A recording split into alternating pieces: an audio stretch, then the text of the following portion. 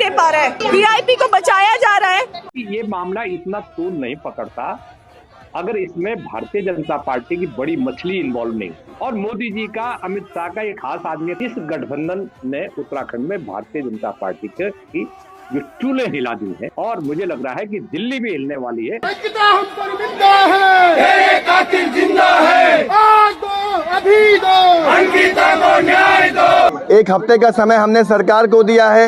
एक हफ्ते के भीतर उस वीआईपीज को आप जांच के दायरे में लाइए जिनके नाम सामने आए हैं। जंगल काट के महल बना दिए और जंगल काट के महल बना के और हमारी लड़कियों को वहाँ ले जाके और उनका मर्डर कर रही है। आज ये हालत है हमारे इन नेताओं को, इनको चूल्हे भर पानी में डूब जाना चाहिए। पुष्कर सिंह धामी के शिकंजा कस गया है। वो अपने खेल में, जो सबूत मिटाने वाले खेल में, वो और रेणु देश, ये दोनों फंसने वाले। पुष्कर धामी मौन है, पुष्कर धामी मौन है, तू कौन है? मेरी बेटी को न्याय मिले। आज मैं अपनी बेटी को याद करती हूँ तो 95% बीजेपी के लोग चाहते सीबीआई इंक्वायरी। आप क्यों नहीं करते सीबीआई इंक्वायरी? होटल भी आरएसएस का है, अजय कुमार भी आरएसएस के हैं, दुष्यंत कुमार भी आरएसएस के हैं, जो होटल का मालिक भी आरएसएस का है, फंसे हुए आरएसएस के लोग हैं। भारतीय जनता पार्टी का बहुत बड़ा नेता है उत्तराखंड का विनोद आर्य। तो ये क्या करते हैं कि वह लाइजन करके ठेके छुड़ाना और मनचाहे ठेके, करोड़ों रुपए के ठेके लोगों को दिलाना, और यही सब काम गोरख धंधा भारतीय जनता पार्टी के नेता।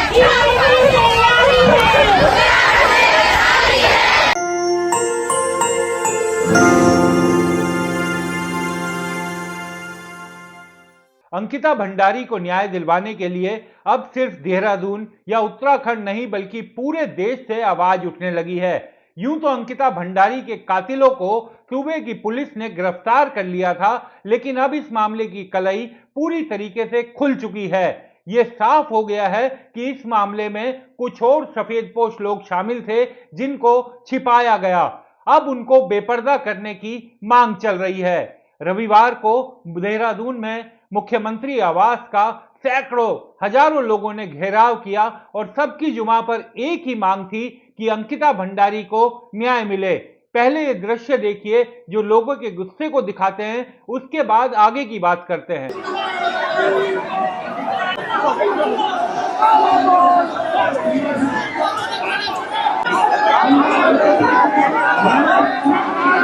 लोगों का ये विरोध प्रदर्शन लगातार जारी है। आज भी उत्तराखंड में कई जगह छोटे छोटे टुकड़ों में विरोध प्रदर्शन हुए।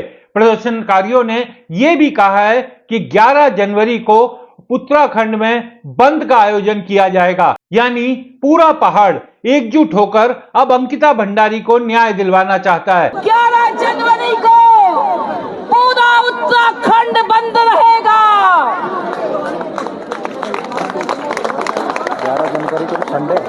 11 जनवरी के दिन तय हो गया है। हम लोग पूरे उत्तराखंड को बंद करेंगे, पूरे व्यापार संगठनों से हम वार्ता करेंगे और इस लड़ाई को निरंतर आगे बढ़ाएंगे। एक हफ्ते का समय हमने सरकार को दिया है।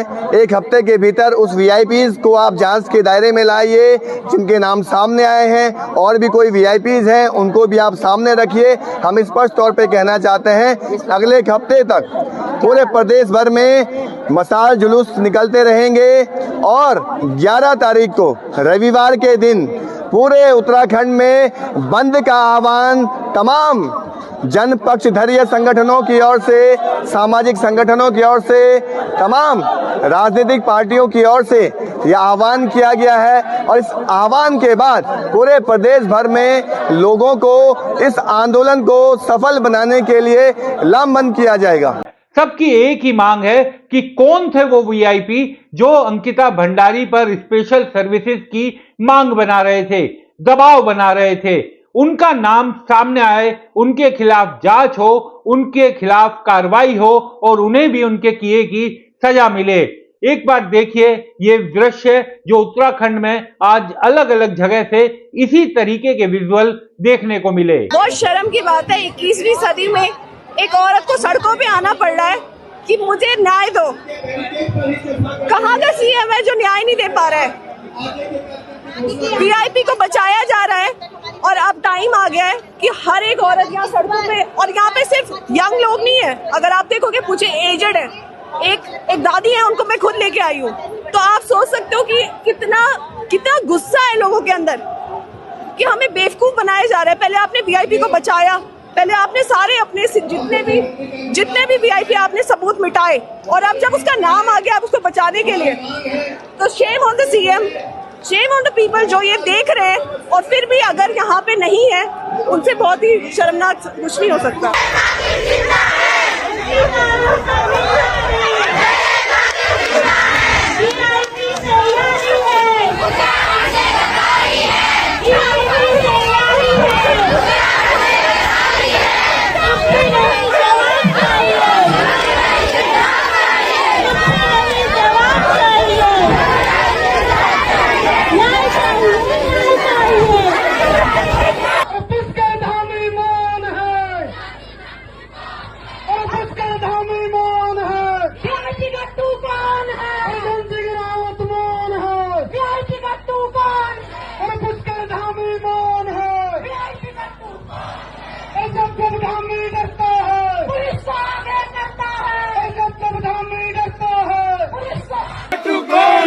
पुष्करधामी कौन है? बोलो गट्टू कौन है? अंकिता हम शर्मिंदा है, तेरे कातिल जिंदा है। अंकिता हम शर्मिंदा है, तेरे कातिल जिंदा है। आज दो, अभी दो, अंकिता को न्याय दो। आज दो, अभी दो, अंकिता को न्याय दो। गट्टू पट्टू की सरकार नहीं चलेगी, नहीं चलेगी, नहीं चलेगी, नहीं चलेगी, नहीं चलेगी, नहीं चलेगी। गट्टू पट्टू की सरकार नहीं चलेगी, नहीं चलेगी। तेरे कातिल जिंदा है, अंकिता हम शर्मिंदा है, तेरे कातिल जिंदा है। आज दो। ये सिर्फ एक अंकिता भंडारी की बात नहीं है। अंकिता भंडारी के परिवार के दुख की तो कोई कल्पना नहीं कर सकता। अपनी जवान बेटी को खो देना, इससे बड़ा दुख कुछ नहीं हो सकता। उसकी मां की भी बात आपको सुनवाएंगे, लेकिन पहले इन बुजुर्ग दादी की बात सुनिए जो प्रदर्शन में पहुंची, और इन्होंने एक एक शब्द जो बोला है वो व्यवस्था पर, सिस्टम पर सीधी चोट करता है। क्योंकि दादी का ये कहना है कि इन्होंने हमारे जंगलों को काटकर महल बना लिए और उन महलों में हमारी बेटियों का मर्डर किया जा रहा है। समझिए कितना दर्द है इन दादी की बातों में। क्या इसलिए आए बाबू कि आज हमारी अंकिता भंडारी के जो हत्यारे हैं उनको मतलब संरक्षण दिया जा रहा है, उनको कुछ नहीं कर दिया जा रहा। जो अंकिता भंडारी के हत्यारे हैं, और हमने उत्तराखंड मांगा था। किसलिए मांगा था? इसलिए मांगा था कि हमारा राज्य नशा मुक्त हो, हम भू माफिया मुक्त हो, हमारा हर माफिया को मुक्त हो, पर यहाँ नशा युक्त हुआ। और आज हमारे नेताओं ने क्या करा? जंगलों में महल बना दिए, जंगल काट के महल बना दिए, और जंगल काट के महल बना के और हमारी लड़कियों को वहाँ ले जाके और उनका मर्डर कर रही है। आज ये हालत है हमारे इन नेताओं को, इनको चूल्हे भर पानी में डूब जाना चाहिए साहब। सरकार से क्या मांग करेंगे आप? सरकार से क्या मांग करेंगे? यही मांग है, उनका जो हत्यारा है, जो असली दोषी है, उसको सामने करिए, जनता के सामने लाए, उसे सीबीआई इंक्वायरी करे। एक लड़की और उन्होंने उसको मर्डर करा। अब बताओ तुम, हमारे उत्तराखंड में जो इतना शांत प्रिय राज्य, और आज इन्होंने सारा इतना भ्रष्ट कर दिया कि क्या बताएं। सारे दुनिया के माफिया यहाँ आ गए, भू माफिया यहाँ आ गए, जंगल माफिया यहाँ आ गए, पानी माफिया यहाँ आ गए, सारे ला के यहाँ बसा दिए। और जो पहाड़ के जो हमारे हैं वो सारे यहाँ देहरादून में टोटके पड़ गई, सारे देहरादून में आ गए और पहाड़ खत्म कर रही। अब क्यों? और अब सुनिए अंकिता भंडारी की मां किस तरीके से बिलबिला कर रो रही हैं, अपने दुखड़े को सामने रख रही हैं, और जिस तरीके से जो नई जानकारियां वीआईपी स्पेशल सर्विस को लेकर आई है, उस पर किस तरीके से उनका दुख कलेजा बाहर निकलने को हो रहा है। मैं उस बहन से हाथ जोड़ के विनती करती हूँ कि बहन, मैंने अपनी बेटी को बड़े लाड प्यार से पाला था। अब 3 साल हो गए मुझे रोते रोते, अभी तक मुझे कोई न्याय नहीं मिला। जब से मैंने आपकी वीडियो देखी है मुझे आशा की किरण दिखाई दी है। अगर आप उन सबूतों को कोर्ट में पेश करोगे तो मेरे बेटे को न्याय मिल सकता है। भले ही मेरी बेटी इस दुनिया में नहीं है, लेकिन जिस तरह से मैं रो रही हूँ, दुनिया की मेरी कोई माँ इस तरह से न रोए। आपसे हाथ जोड़ के विनती है मेरे,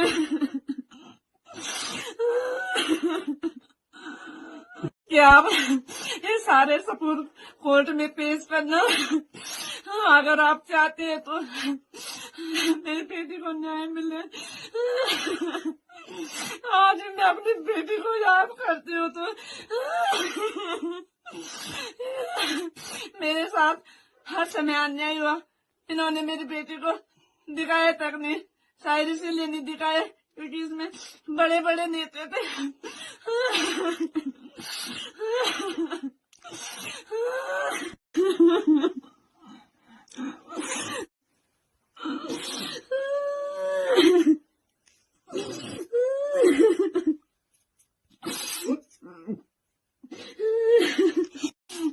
मैं मुख्यमंत्री से न कहना चाहती हूँ, अब सारे सबूत आपके सामने है।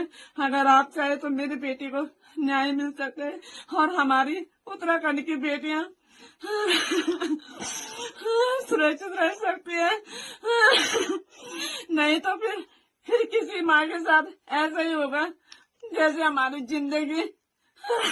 इस मामले में हमने उत्तराखंड के वरिष्ठ पत्रकार उमाकांत लखेड़ा से भी बात की थी। उमाकांत लखेड़ा पिछले कई दशकों से दिल्ली में पत्रकारिता कर रहे हैं, लेकिन पहाड़ के रहने वाले हैं, तो वहां से उनका दामन पूरी तरीके से जकड़ा हुआ है। एक एक चीज पर वो नजर रखते हैं। सुनिए उन्होंने हमारे साथ खास इंटरव्यू में क्या क्या कहा इस मामले को लेकर। अब लोगों के इतने सवाल हैं, जनता के इतने सवाल हैं, और जो नए तथ्य सामने आए, जिस तरीके से वीडियो सामने आया और उसमें वीआईपी का नाम लिया गया, हालांकि अभी पुलिस और सीबीआई जांच करे, अगर सीबीआई को जांच मिलती है तो धामी सरकार क्यों नहीं अपना पाक दामन जो है वो पाक साफ करवाती है, और सीबीआई को अगर लोगों को लगता है, लोगों की मांग है, कुछ एडिशनल चीजें सामने आ रही हैं, तो इसमें एक निष्पक्ष जांच करवाने से क्यों बचा जा रहा है?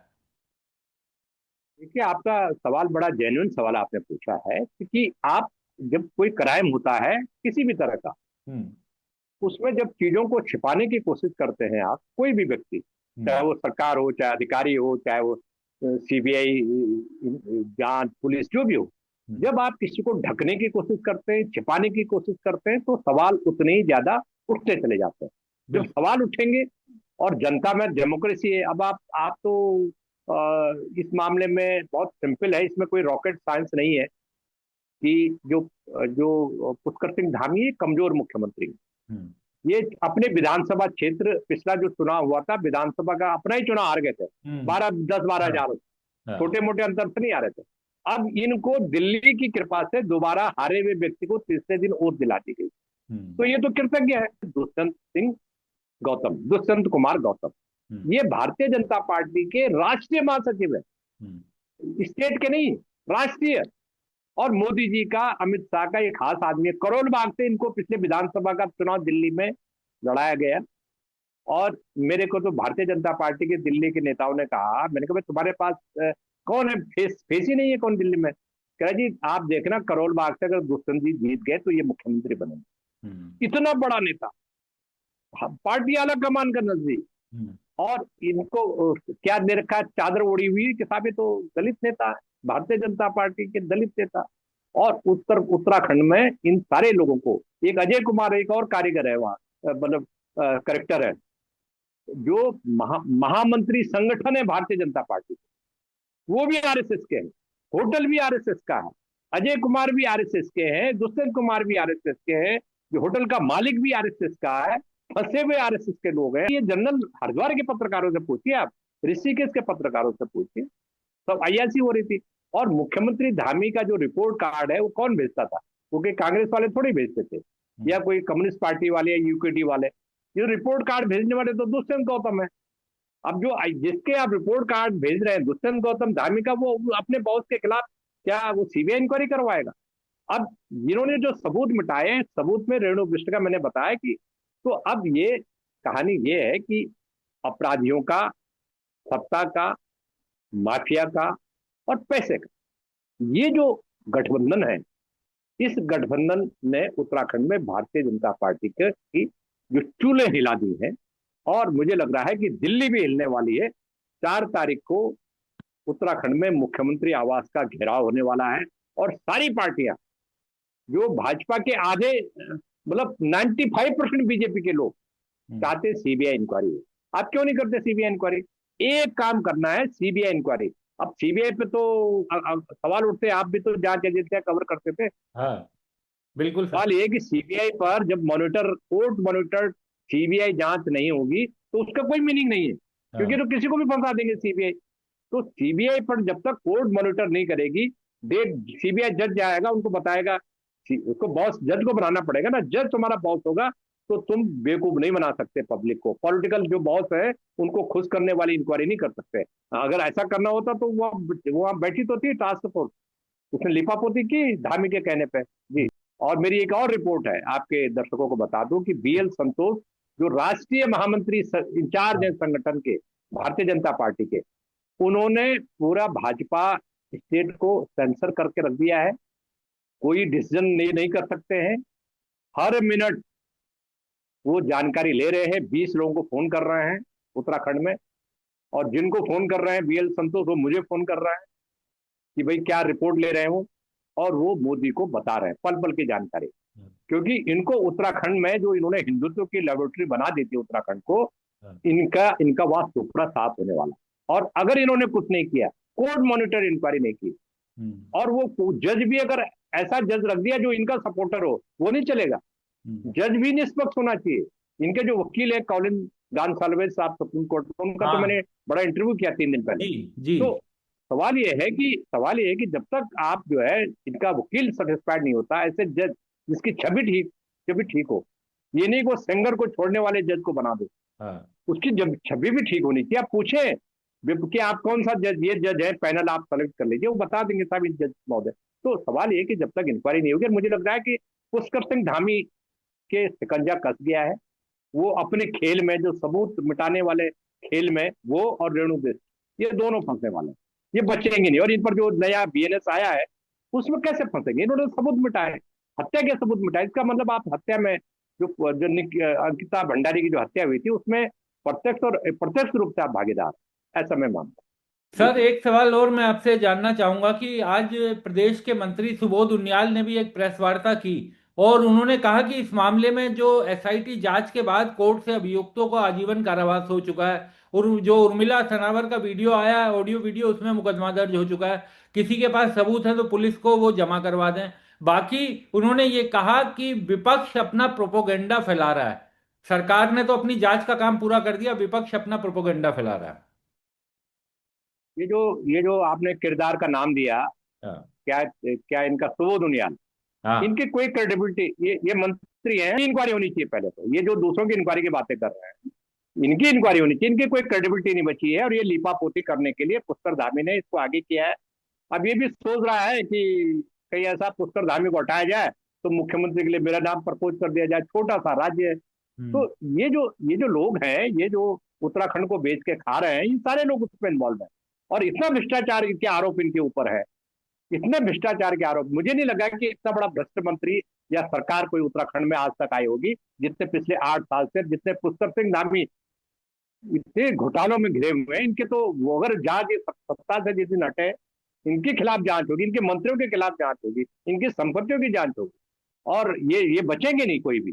तो ऐसा मैं कहना चाहता हूँ। और ये जो एसआईटी पुलिस को इंक्वायरी दे, पुलिस को जांच दे, अरे उसकी जो अंकिता भंडारी की मां ने, सोनी देवी नाम है उनकी माता का, उन्होंने तो पुलिस में कहा, तभी कहा कि जो अजय कुमार है, ये जो संगठन का महामंत्री है, इसके मोबाइल चेक कराए जाए, इससे पूछताछ की जाए। कोर्ट में एप्लीकेशन दी इनके वकील से तो मेरी बात होती थी। इनकी इंक्वायरी नहीं की गई, रेणु बिष्ट की इंक्वायरी नहीं की गई, एप्लीकेशन दी कोर्ट में, ट्रायल कोर्ट में, कि इनको अभियुक्त बनाया जाए, एक्यूज बनाया जाए, रेणु बिष्ट को एक्यूज बनाया जाए। कुछ नहीं किया। अब आप किसको बेवकूफ बना रहा है, किसको मूर्ख बना रहे हैं? और जो ये बताइए, कांग्रेस पार्टी 9 साल से सत्ता से बाहर है उत्तराखंड में, 15 साल से 11 साल से 3 बार तुम्हारे 5 एमपी जीत रहे हैं। हर बार तुम्हारा चुनाव होता है और तुम्हारे एमपी जीत जाते हैं बीजेपी के। और सवाल पूछ रहे हो, अपोजिशन पे लगा रहे हो आरोप। ये कौन कौन किसके गले उतरेगा इस तरह का आरोप? वाहियात आरोप है। इस तरह का आरोप मूर्ख बना रहे हैं जनता को। असल में ये है कि ये उत्तराखंड की जनता को भेड़ समझता है। ये भेड़ है उत्तराखंड की जनता, और तुम बहुत शातिर और चालाक लोग हो। ये पावर में जनता सड़कों पे आ गई है। इनके निर्वाचन क्षेत्र में शराब के ठेके खुलवाने के लिए ये उनियाल के खिलाफ प्रदर्शन हो रहे हैं, प्रोटेस्ट हो रहे हैं। माफिया को संरक्षण देने के प्रोटेस्ट हो रहे हैं। जंगल माफिया को वन कटवाने के इनके खिलाफ इंक्वायरी होनी चाहिए। सीबीआई के खिलाफ इंक्वायरी के खिलाफ होनी चाहिए। ये क्यों नहीं कहता कि पुलिस को मेरे खिलाफ जो जांच है पुलिस थाने जाना चाहिए? अपने खिलाफ इंक्वायरी फिर क्यों नहीं करवाता ये? तो मुझे लग रहा है कि ये लोग सब कटघरे में खड़े हैं। जनता इनको ढूंढ रही है। चुनाव का इंतजार होने वाला है अगले, अब देखिए अब चुनाव इनकी क्या दुर्गति होती है। जनता दौड़ा दौड़ी घर से बाहर नहीं निकल रहा है। ये दौड़ा दौड़ा के जनता इनको मारने वाला है, ऐसा मेरा मानना है। एक अंतिम सवाल उमाकांत सर, कि आपने क्योंकि कॉलिन गोंसाल्विस सीनियर एडवोकेट से भी बात की थी, वे बड़े वकील हैं वो देश के, और इस मामले में वो पहले से जुड़े भी रहे हैं, तो उनका क्या कहना है? क्या इस मामले में सुप्रीम कोर्ट दोबारा से मामला आ सकता है नए तथ्यों को देखते हुए? हाँ, ये भी एक महत्वपूर्ण बात थी कि देखिए क्या है कि जब इन्होंने 9 महीने पहले मैंने उनका इंटरव्यू किया था, यूट्यूब पे किया था, को मतलब रोक दिया। मतलब वो याचिका पर आगे कुछ नहीं होगा, एक किस्म से वो खारिज हो गई। मतलब टेक्निकल भाषा में खारिज कहते हैं उसको, कि भाई आपने याचिका दायर की, जज ने आपको सुनने से इनकार कर दिया, आपने दलीलें पेश की, जज ने कहा नहीं, स्टेट गवर्नमेंट ने ट्रायल कोर्ट से हाई कोर्ट से लेकर के और सुप्रीम कोर्ट तक करोड़ों रुपए खर्च कर दिए। किस लिए? कि सीबीआई इंक्वायरी नहीं होनी चाहिए। अब तो इन्होंने सुप्रीम कोर्ट जज पर इनका कहना था कि जज अंडर प्रेशर है। मेरे को बोला, मेरे को कॉलिन साहब ने इंटरव्यू दिया, वो वाला इंटरव्यू भी पार्ट को देखिएगा, कि इन्होंने कहा कि जज ने बोला कि मेरे पे, जज ने इनको पता लगा, अब जज ने क्या कहा मुझे नहीं पता, इन्होंने कहा कि ऐसा लगता है जुडिशरी पर भारी प्रेशर है और सीबीआई इंक्वायरी नहीं होने वाली है, और CBI court monitor CBI inquiry अगर नहीं होगी तो कुछ नहीं होने वाला। तो अब कहानी क्या है? कहानी का मोड़ यह है कि अब ये एक रिवाइज पिटीशन उसके लड़की के माँ बाप की तरफ से फाइल करने वाले हैं, और वो रिवाइज पिटीशन के बाद मुझे लग रहा है कि नए एविडेंस जो आए हैं, जो उर्मिला सनावर ने जो वीडियो टेप जारी किए हैं, और सीबीआई इंक्वायरी वीडियो क्या, सीबीआई इंक्वायरी तो पहले ही हो जाती। तो ये जो कॉल डिटेल्स है, जो सीडीआर्स हैं, लोकेशंस हैं, भाई बाकी पोस्टमार्टम की जो रिपोर्ट्स हैं, वो पोस्टमार्टम भी लिपापोती हुई। जो लोग कह रहे हैं कि भाई एक लड़की को 18 तारीख को मार दिया और 6 दिन बाद आप गंगा में बहती हुई लाश मिली, तो अगर उसके साथ दुष्कर्म का तो कोई निशान ही नहीं, कहां से मिले? 6 दिन बाद पानी में डूबी हुई लाश का क्या निशान मिलेगा? तो सारी लिपापोती हुई है। वो तो जो जज थी ट्रायल कोर्ट की, उसने अधिकतम आजन्म कारावास की सजा देने की कोशिश की, क्योंकि जिस तारीख को होती थी, जब ट्रायल कोर्ट में तारीख लगती थी, कम से कम 1000-2000 लोग कोर्ट के बाहर नारे लगाते थे पूरे सुनवाई के दौरान। तो जज पर भी प्रेशर था, तो जज भी एक महिला थी, तो इसलिए उसने मतलब अधिकतम सजा दी। मैं जज को अप्रिशिएट करूंगा, लेकिन जो सजा कैपिटल पनिशमेंट, जो फांसी की सजा होनी चाहिए थी, वो नहीं हुई। उसका कारण है कि सरकार ने सबूत नष्ट किए, और जांच होनी चाहिए थी। वीआईपी भी इसमें फंसने चाहिए थे, वीआईपी को लपेटे में लेना चाहिए था, एमएलए को रिजाइन करना चाहिए था, मुख्यमंत्री को रिजाइन करना चाहिए था। क्योंकि अभी भी मैं कह रहा हूं कि अगर सीबीआई जांच इंक्वायरी हो भी जाती है, और ये जो मुख्यमंत्री अपनी कुर्सी पर बैठे रहते हैं, विधायक अपने पद पर बैठे रहते हैं, तो उसकी सीबीआई इंक्वायरी तो मजाक बन जाएगी, चाहे कोर्ट मॉनिटर कर दे। वो तो कह देंगे भाई मैं तो मुख्यमंत्री हूँ, सीबीआई इंक्वायरी तो 2 महीने बाद खत्म हो जाएगी, उसके बाद तो मैं तुम्हें देख लूंगा। ये तो सारे लोगों को, विटनेस को डराएंगे, धमकाएंगे। बुलडोजर का जो ड्राइवर है, बाकी लोगों को डराएंगे, धमकाएंगे। उन्होंने विटनेस किया ना कि हम तो जिला प्रशासन रेणु दृष्टि लेकर के आए हमको।